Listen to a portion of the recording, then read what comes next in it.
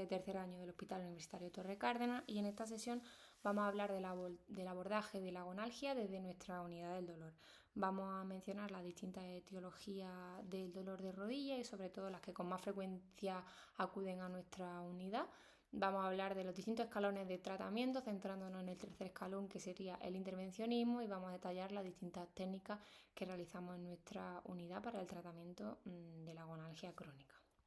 Este es el índice que vamos a seguir y vamos a empezar recordando la definición de dolor. La Asociación Internacional para el Estudio del Dolor lo va a definir como una experiencia sensitiva y emocional desagradable asociada a una lesión tisular real o potencial. Y como bien dijo Javi la semana pasada, la única premisa que tiene el dolor es la conciencia, porque si no hablaríamos de nocicepción solamente. Los tipos de dolor los conocéis, los vamos a repasar brevemente. Clásicamente se han diferenciado dos tipos de dolor, el dolor somático y el dolor visceral. El dolor somático es el que tiene su origen en lesiones en la piel, en el músculo, en la fascia, periósteo o hueso.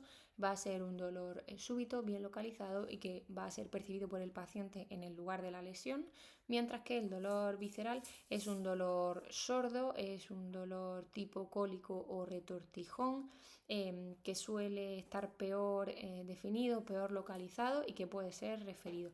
Y es el dolor asociado a inflamación, distensión o isquemia de órganos internos. Y luego tenemos también el dolor neuropático, que es el dolor que se define como urente, perforante, como un hormigueo o una descarga eléctrica y que también puede ser referido o irradiado y suele estar causado, entre otras cosas, por compresiones nerviosas o bien de nervio periférico o bien de raíces. Entonces ya sí que podemos hablar de la gonalgia y de sus causas. Vamos a decir que una de las principales causas de inmovilidad en el adulto mayor es el dolor de miembros inferiores y en concreto una de las más frecuentes es la gonalgia. Esto puede conducir a trastornos de la marcha y caídas con consecuencias bastante graves como son fracturas que van a llevar a disminución de las actividades recreativas y sociales de los pacientes mayores y esto puede conducir a cuadros depresivos bastante graves. La causa más frecuente de gonalgia es la artrosis y va seguida del dolor crónico posoperatorio tras una intervención, por ejemplo, de reemplazo articular de rodilla. Estos son los dos principales motivos por los que los pacientes van a venir a la unidad del dolor. Pero también tenemos causas no articulares como son la bursitis o la tendinitis. Tenemos gonalgia derivada de enfermedades sistémicas como son la gota, la artritis reumatoide o el dolor neoplásico referido. Y luego también tenemos gonalgia en el contexto de síndrome miofacial, de fibromialgia o consecuencia de una somatización en un cuadro depresivo. El diagnóstico va a estar orientado por la historia clínica, se va a apoyar en una exploración física con las maniobras específicas de dolor de rodilla y también puede traer asociadas pruebas complementarias, siendo el gol estándar la resonancia magnética. A la unidad del dolor van a llegar los pacientes con su diagnóstico ya hecho y nosotros vamos a evaluar cuál es la técnica que mejor se adapta a ello y la vamos a realizar. En cuanto al recordatorio anatómico, en el resumen hemos dejado descritos todas las características osteomusculares, ligamentosas y nerviosas de la rodilla. Yo simplemente voy a recordar que la inervación de la cápsula articular de la rodilla está realizada a cargo de ramas del nervio femoral que se va a encargar de la zona anteromedial, del nervio ciático que se va a encargar de la zona región posterolateral y del obturador, y que los nervios geniculados que se van a encargar de la sensibilidad de esta cápsula articular derivan en su mayoría de los nervios tibial y peroneo y por tanto del ciático.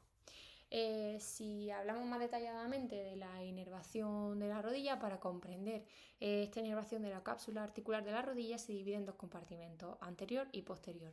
El compartimento articular posterior va a estar inervado por el nervio tibial y la división posterior del nervio obturador, mientras que la cápsula articular anterior se va a dividir en 4 cuadrantes.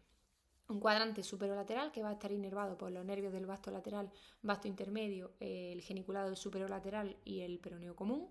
Un cuadrante inferolateral que va a recibir la inervación del geniculado inferolateral y del peroneal recurrente. Un cuadrante superomedial que va a estar inervado por el vasto medial y el geniculado superomedial. Y un cuadrante inferomedial que recibe la inervación del geniculado inferomedial y en algunos casos de la rama infrapatelar del nervio safeno. Si ya pasamos a la etapa de tratamiento de la rodilla, pues tenemos un primer nivel que va a hablar de medidas higiénico-dietéticas. Se va a basar en modificaciones del estilo de vida, disminución del peso corporal, reeducación de la marcha, abandono de los hábitos sedentarios, motivación del uso de float band, que tienen bastante evidencia, y de la termoterapia con baños de contraste frío-calor. Tenemos un segundo nivel que se basa en el tratamiento farmacológico que todos conocemos, los distintos escalones de la OMS, empezando por AINE y inhibidores de la COX-2 selectivos, que van a ser menos gastrolesivos, y luego de opioides, hablando de opioides menores y opioides mayores.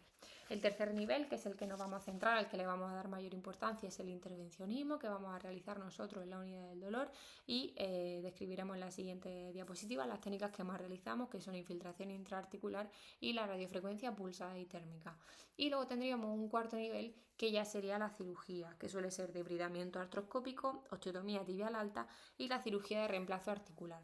Cabe mencionar que mientras que nuestro paciente espera hasta la cirugía, si la cirugía está contraindicada por cualquier motivo, o si el paciente tiene un dolor e incluso puede haber superado, es decir, un dolor crónico posoperatorio, el paciente es subsidiario de recibir medidas de tercer nivel en la unidad del dolor con este intervencionismo que vamos a explicar a continuación. Entonces, a partir de ahora nos vamos a centrar en la revisión de la evidencia sobre las técnicas que más realizamos en nuestra unidad, que como hemos dicho son la infiltración intraarticular y la radiofrecuencia pulsada y térmica de los nervios geniculados y de los nervios periféricos. Entonces, si empezamos hablando de infiltración intraarticular, vamos a mencionar los principales lugares de punción. Existen muchos y nosotros nos vamos a centrar en la descripción de la punción anterolateral porque es la que se realiza en nuestra unidad. Entonces vamos a tener al paciente sentado con las piernas colgando a 90 grados y lo que vamos a hacer, como veremos en un vídeo a continuación, es localizar pues, el polo inferior de la rótula, el borde superolateral de la tibia, el tendón rotuliano va a ser nuestro límite medial y ahí haríamos una infiltración con la aguja en dirección al cóndilo interno femoral y la interlínea articular.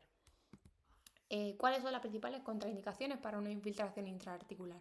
Pues en primer lugar, el no tener un diagnóstico preciso, que haya una infección intraarticular o una bacteriemia, que se hayan hecho infiltraciones previas repetidas y que hayan sido ineficaces. Esto nos debe hacer pensar en que tenemos un diagnóstico erróneo, que a lo mejor lo que tenemos es un dolor referido a la rodilla que procede de otro lugar.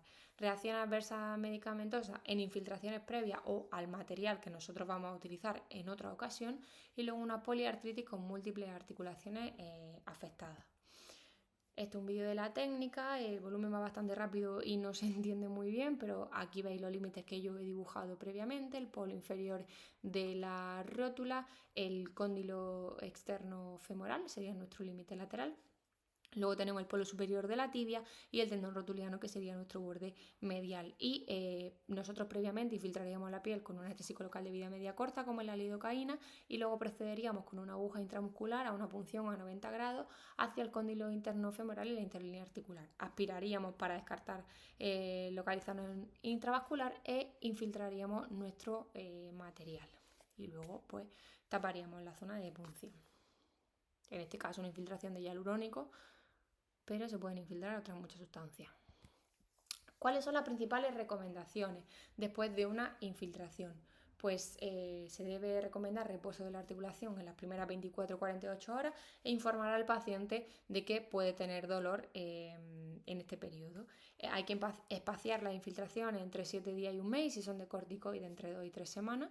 Que no haya un efecto beneficioso después de una infiltración nos debe hacer replantearnos tanto el diagnóstico como la técnica que estamos realizando. No se aconseja infiltrar más de 3 articulaciones en una misma sesión y no se aconseja infiltrar una misma articulación más de 4 veces al año. Si ya pasamos a los tipos de infiltraciones, existen muchos materiales que se pueden infiltrar en esta articulación. Me voy a centrar en los que utilizamos en nuestra unidad, que son los corticoides y el diácido hialurónico, pero ahí he dejado otros que se utilizan en otros lugares y que tienen evidencia y que mencionaré por encima. Entonces, el mecanismo de acción de los corticoides es bastante complejo y tiene efectos locales definitivos y efectos sistémicos. Se va a basar en un bloqueo de la cascada inflamatoria, y lo que hace es reducir la permeabilidad vascular e inhibir los distintos mediadores de la inflamación.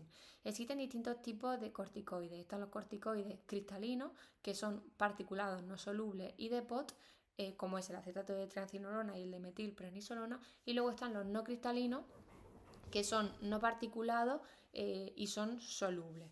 ¿Cuál es la diferencia y por qué nos gustan el acetato de triancinolona, que es el que se utiliza en nuestra unidad? Porque tienen el efecto de POT, es decir, al no ser solubles permanecen en el líquido sinovial durante más tiempo y van liberando fármacos de forma continua y prolongada, de forma que el efecto dura más tiempo. En el caso de la desametasona, que es un corticoide no cristalino y por tanto soluble, tiene un efecto rápido pero va a durar muy poco tiempo. Y en cuanto a superioridad de un corticoide sobre otro, pues no se ha visto que haya muchas diferencias en cuanto a potencia, pero es verdad que se prefiere la triancinolona porque tiene un efecto más duradero. Si hablamos de las complicaciones de los corticoides, pues a nivel sistémico, las que todos conocéis: inhibición del eje hipotálamo hipófisis suprarrenal, hiperglucemia, retención de sodio, efectos gastrolesivos y osteopenia. Y a nivel local, atrofia cutánea, calcificación intraarticular, pero son bastante despreciables porque son muy poco frecuentes. Y si pasamos al otro material que utilizamos con más frecuencia, es el ácido hialurónico, que su principal característica es que va a restablecer las características del líquido sinovial. Va a aumentar su viscosidad y aparte también va a inhibir los mediadores de la inflamación, actuando como lubricante, evitando fricciones en la movilidad. Su acción se va a basar en en tres mecanismos principales: la viscosuplementación, que hemos dicho que lubrica la articulación, absorbe el impacto y evita la fricción. Luego también tiene un efecto de condroprotección, porque va a reducir la apoptosis de los condrocitos, va a estimular la proliferación de los mismos y también va a aumentar la síntesis de proteoglicano. Va a bloquear también distintos mediadores proinflamatorios y tiene un efecto analgésico, puesto que va a interaccionar con las terminaciones nerviosas de la cápsula articular. Y luego, de los otros tres elementos que he dejado ahí en la esquina, el plasma rico en plaquetas es el que más evidencia tiene de los tres y el que se utiliza en muchas unidades. Se basa en los factores de crecimiento que se encuentran en el interior de las plaquetas y que al infiltrarse en la articulación lo que van a hacer es atraer fibroblastos y favorecer la formación de tejido cicatricial y una curación más acelerada. ¿Cómo se obtiene? Pues se va a extraer sangre del paciente, se va a centrifugar y se va a descartar una fracción pobre en plaquetas, que sería el plasma más clarito, y nos quedaremos con el plasma rico en plaquetas, que es la porción más concentrada, más oscura de la fracción de plasma separada. Esto se va a activar con cloruro cálcico y se va a infiltrar a nuestro paciente. En el caso de la toxina botulínica, que también hay bastantes artículos y tiene evidencia, sabemos que inhibiendo la liberación de acetilcolina produce ese efecto de parálisis que se utiliza en distintos ámbitos, pero también se ha visto que interactúa con distintos mediadores, como son la sustancia P y los receptores NMDA, y que tiene su efecto analgésico. Y luego tenemos el ozono, que también tiene un efecto antiinflamatorio, inhibiendo los mediadores de la inflamación. Entonces, haciendo una revisión de la evidencia sobre el efecto de los corticoides y el hialurónico frente a placebo y comparando la eficacia de ambos, pues hay muchísimos artículos. Yo he recogido estos dos que básicamente llegan a las mismas conclusiones, y es que ambos mejoran el dolor con respecto a placebo, que en las primeras 4 semanas, es decir, a corto plazo, los corticoides son superiores al hialurónico, que entre las 4 y las 8 primeras semanas son equipotentes, y que a partir de la sexta o octava semana los corticoides ya pierden eficacia en favor del ácido hialurónico. Y este segundo metaanálisis de abajo, que evalúa también su seguridad, pues habla de que el hialurónico causaba más efectos a nivel local, pero que son igualmente poco frecuentes.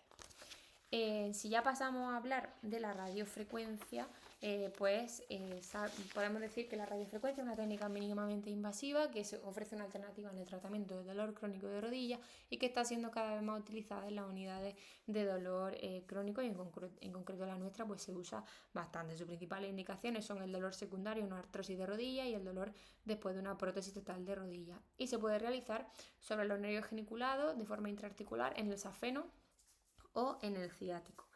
Como veis, existen dos tipos, la pulsada y la térmica, y vamos a ver sus diferencias a continuación. Pero vamos a empezar hablando de la radiofrecuencia pulsada, que como hemos dicho es una técnica poco invasiva, que lo que va a hacer es utilizar la energía eléctrica para generar pulsos que va a enviar a través de una aguja al tejido nervioso, y lo que va a hacer es reducir las señales de dolor que esos nervios periféricos envían al cerebro. Entonces se va a alcanzar una temperatura por debajo de los 42 grados en pulsos intermitentes, que no va a producir daño ni lesiones ni en el nervio ni en el tejido circundante. Entonces lo que se va a producir son despolarizaciones neuronales y cambios sinápticos que hacen que el alivio del dolor se produzca pero tarde tiempo en aparecer, y sin embargo que se prolongue mucho más tiempo que las infiltraciones. Y esta técnica pues son pulsos de 10-20 microsegundos que se extiende entre 4 y 6 minutos, y se puede realizar de forma monopolar, es decir, con un solo puerto, o bipolar con dos puertos, que sería en este caso la intraarticular. Entonces el procedimiento se realiza con anestesia local y no necesita una infiltración intraarticular de medicación, pero normalmente aprovechamos que hemos hecho esa punción intraarticular para administrar corticoides, ozono o PRP, y luego veremos el motivo. La diferencia entre la radiofrecuencia pulsada y la térmica, pues como veis, la radiofrecuencia pulsada tiene una potencia mayor, pero se va a aplicar en pulsos, en los que la energía se enciende y se apaga varias veces por segundo, es decir, va a durar unos 10-20 microsegundos como hemos dicho, y en total se extiende unos 4 o 6 minutos, y esas pausas entre cada pulso permiten que la energía y el calor se disipe y que no aumente la temperatura del tejido y por tanto no se produzca lesión. Sin embargo, la radiofrecuencia térmica, que es la convencional, es una energía que se va a aplicar de forma continua, con una potencia que va a ser menor pero va a ser constante, van a ser 80 grados durante 90 segundos. Entonces se va a calentar tanto el tejido nervioso como el tejido circundante y va a producir una lesión, es decir, tiene un efecto ablativo y por tanto solo se puede utilizar sobre los nervios puramente sensitivos, porque tiene un efecto neurolítico. Entonces, en cuanto a ventajas y inconvenientes, en este caso de la radiofrecuencia pulsada, pues como veis tiene una duración más prolongada que las infiltraciones, como no eleva la temperatura, no va a producir lesión tisular y no va a producir inflamación de la zona tratada, como si ocurre en las infiltraciones. Los efectos secundarios de la propia radiofrecuencia son casi nulos, no necesita corticoides ni ningún tipo de infiltración intraarticular para ser eficaz, y está señalado ahora lo explicaré más adelante, es compatible con otros tipos de tratamientos y puede repetirse las veces que se desee. Y en cuanto a inconvenientes, pues que hemos dicho que esa despolarización y esa alteración de la sinapsis tarda unas 2-3 semanas en aparecer, que puede ser menos eficaz que la radiofrecuencia continua, que como va a tener un efecto ablativo sobre el nervio, va a tener eficaz porque va a cortar esa señal que se envía al cerebro, que es muy operador dependiente y que puede producir un alivio incompleto del dolor. ¿Por qué están señaladas esas dos frases en Fosforito? Porque si bien no necesita corticoides para ser eficaz, como sabemos que tarda unas 2-3 semanas en empezar a hacer efectos, se aprovecha la infiltración para introducir corticoides a nivel intraarticular, y como hemos visto en la evidencia que los corticoides tienen su máximo efecto en las primeras 4 semanas, nos van a cubrir ese dolor hasta que la radiofrecuencia empiece a hacer efecto. En esta tabla lo que tenemos es una comparativa de la ventaja y los inconvenientes de hacer la técnica de radiofrecuencia guiada por fluoroscopia o guiada por ecografía. En nuestra unidad, no voy a entrar en detalle porque ahí la dejo, las podéis leer tranquilamente, pero en nuestra unidad se va a realizar guiada por ecografía, y es que esta técnica pues tiene una serie de ventajas. En primer lugar, que podemos localizar los nervios geniculados y seguir todo su trayecto a tiempo real, y también podemos hacer la infiltración con la aguja teniendo una visión directa de la misma, que no vamos a tener exposición a la radiación, que podemos localizar también la arteria geniculada y evitar su lesión, y que pues bastante también económico. Y luego que cuando se realiza la radiofrecuencia sobre pacientes que se han sometido a una artroplastia, pues la anatomía puede estar cambiada y con la ecografía podemos ver la verdadera localización de los nervios. Las principales contraindicaciones son la existencia de un marcapaso en cualquier dispositivo implantable y la presencia de factores de trastorno de la coagulación o tratamientos con anticoagulantes. Los efectos secundarios son muy pocos y además se utiliza una aguja traumática con punta roma que va a minimizar el riesgo de lesión. En cuanto a la técnica, ahora vamos a ver un vídeo donde aparece pues, cómo se realiza. Lo único que quería explicar es el bloqueo pronóstico diagnóstico que se realiza antes de la radiofrecuencia, en el que se va a infiltrar una pequeña cantidad de anestésico local y de corticoide. Y si vemos que se reduce en más del 50% el dolor sobre esa zona, pues sabemos que la radiofrecuencia va a ser efectiva y por tanto la podemos realizar a continuación. Entonces aquí en estas imágenes de ecografía está descrito cómo se localizan los distintos nervios. En la primera tenemos la localización del superomedial, del geniculado superomedial, para lo que vamos a tener al paciente en decúbito supino con la rodilla flexionada y con una almohada bajo la fosa poplitea, y utilizaremos el transductor lineal de alta frecuencia. Entonces lo vamos a colocar en un plano coronal y vamos a localizar la unión entre la diáfisis y la metáfisis femoral. Normalmente en el punto medio es donde se encuentra el nervio y la arteria geniculada, y eso lo vamos a localizar en el punto medio de la sonda. Lo vamos a marcar y vamos a cambiar la dirección del transductor a transversal para hacer la infiltración con la aguja bajo visión directa sobre el plano. Entonces, una vez que localicemos nuestra aguja sobre esa arteria y nervio femoral, volvemos a cambiar nuestro transductor al plano coronal para ver que no estemos ni por debajo, ni por encima, ni lateral, y ahí es donde vamos a realizar nuestra radiofrecuencia con su infiltración previa de anestésico local en caso de que sea una radiofrecuencia térmica. Eso sería para el geniculado superomedial. Para el inferomedial exactamente lo mismo, pero vamos a localizar el punto entre la metáfisis y la diáfisis tibial. Y vamos a realizar la misma técnica, primero en plano coronal, luego plano transversal y de nuevo en plano coronal. Y para el geniculado superolateral necesitaremos una rotación interna de la rodilla que exponga correctamente el muslo, la cara lateral del muslo. Aquí tenemos el vídeo, que creo que tiene volumen. Aunque está en inglés. To appropriately perform a knee radiofrequency ablation procedure, we will use a linear or curvilinear ultrasound transducer to identify the target nerves with ultrasound guidance. The target nerves for the RF ablation are the superior medial, superior lateral, inferior medial, and suprapatellar genicular nerves. We will not ablate the inferior lateral genicular nerve, as its proximity is much too close to the common peroneal nerve and cannot be reliably and safely ablated. Fortunately, the genicular nerves are very reliable anatomical landmarks as we visualize the knee. They are located at the juncture of the epiphysis and diaphysis at each of the targets.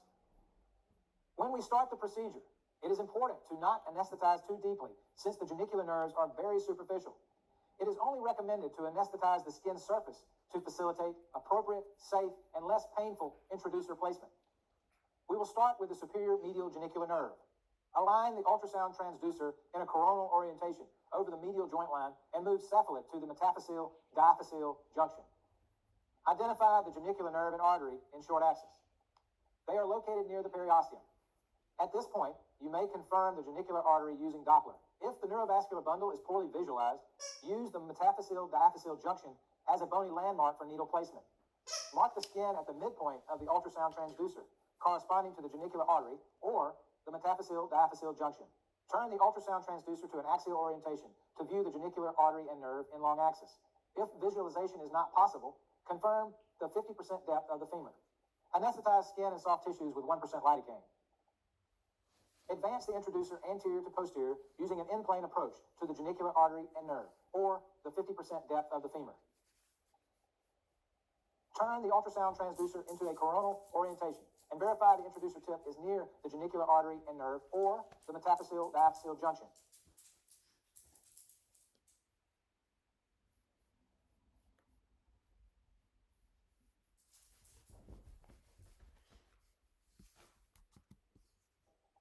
After concluding placement of the initial approach to the superior medial genicular nerve, now we'll move towards the superior lateral genicular nerve.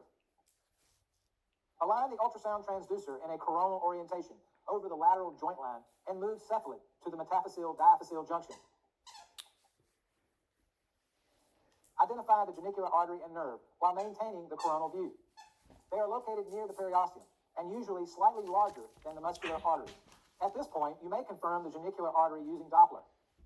If the neurovascular bundle is poorly visualized, use the metaphyseal-diaphyseal junction as a bony landmark for needle placement. Mark the skin at the midpoint of the ultrasound transducer corresponding to the genicular artery. Turn the ultrasound transducer to an axial orientation to view the genicular artery and nerve. If visualization is not possible, confirm the 50% depth of the femur. Anesthetize skin and soft tissues with 1% lidocaine. Advance the introducer anterior to posterior using an in-plane approach to the genicular nerve and artery or the 50% depth of the femur.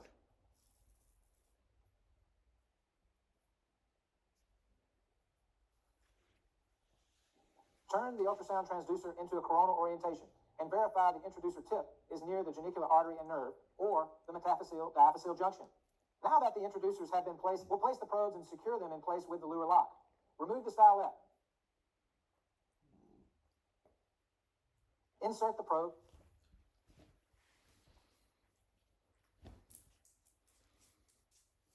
Stimulate each genicular nerve branch at 2 Hz, up to 1 to 2 volts, searching for any lower extremity motor activity. If no motor response is observed, inject local anesthetic prior to lesioning. Inject local anesthetic prior to lesioning, allowing adequate time for the anesthetic to disperse. Bueno, pues ya habéis visto cómo infiltrar anestésico local. En este caso sería una radiofrecuencia térmica porque para la ablativa no es necesario o el bloqueo pronóstico en el caso de la ablativa.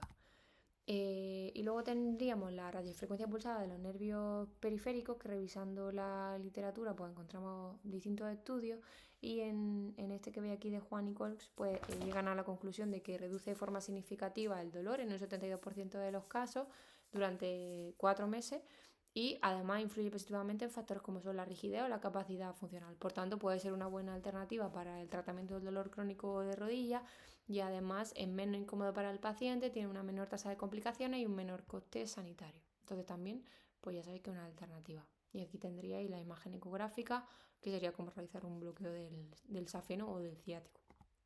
En cuanto a las conclusiones, pues decimos que la gonalgia es una de las causas que más contribuye a la movilidad del adulto mayor, que sus principales causas y las que van a llegar con mayor frecuencia en la unidad del dolor son la artrosis y el dolor crónico postoperatorio. Como sabéis que la inervación de la rodilla está realizada por ramas del ciático, del femoral y del obturador, así como de los nervios geniculados, que son ramas del ciático en su mayoría y que son exclusivamente sensitivos. Se pueden localizar por fluoroscopia o por ecografía. Las técnicas que hemos realizado en nuestra unidad del dolor son la infiltración intraarticular de corticoide y de hialurónico o la radiofrecuencia pulsado-térmica de los nervios geniculados intraarticular o del safeno, entre otros, y que esta radiofrecuencia pues, es una técnica mínimamente invasiva que ofrece una buena alternativa para el tratamiento del dolor porque además tiene un efecto a muy largo plazo.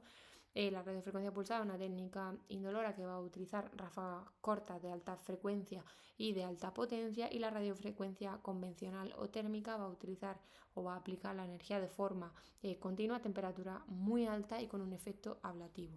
La radiofrecuencia del nervio periférico también hemos visto que es efectiva y puede influir positivamente en factores como la rigidez o la capacidad funcional y por tanto se propone como una buena alternativa para el dolor crónico.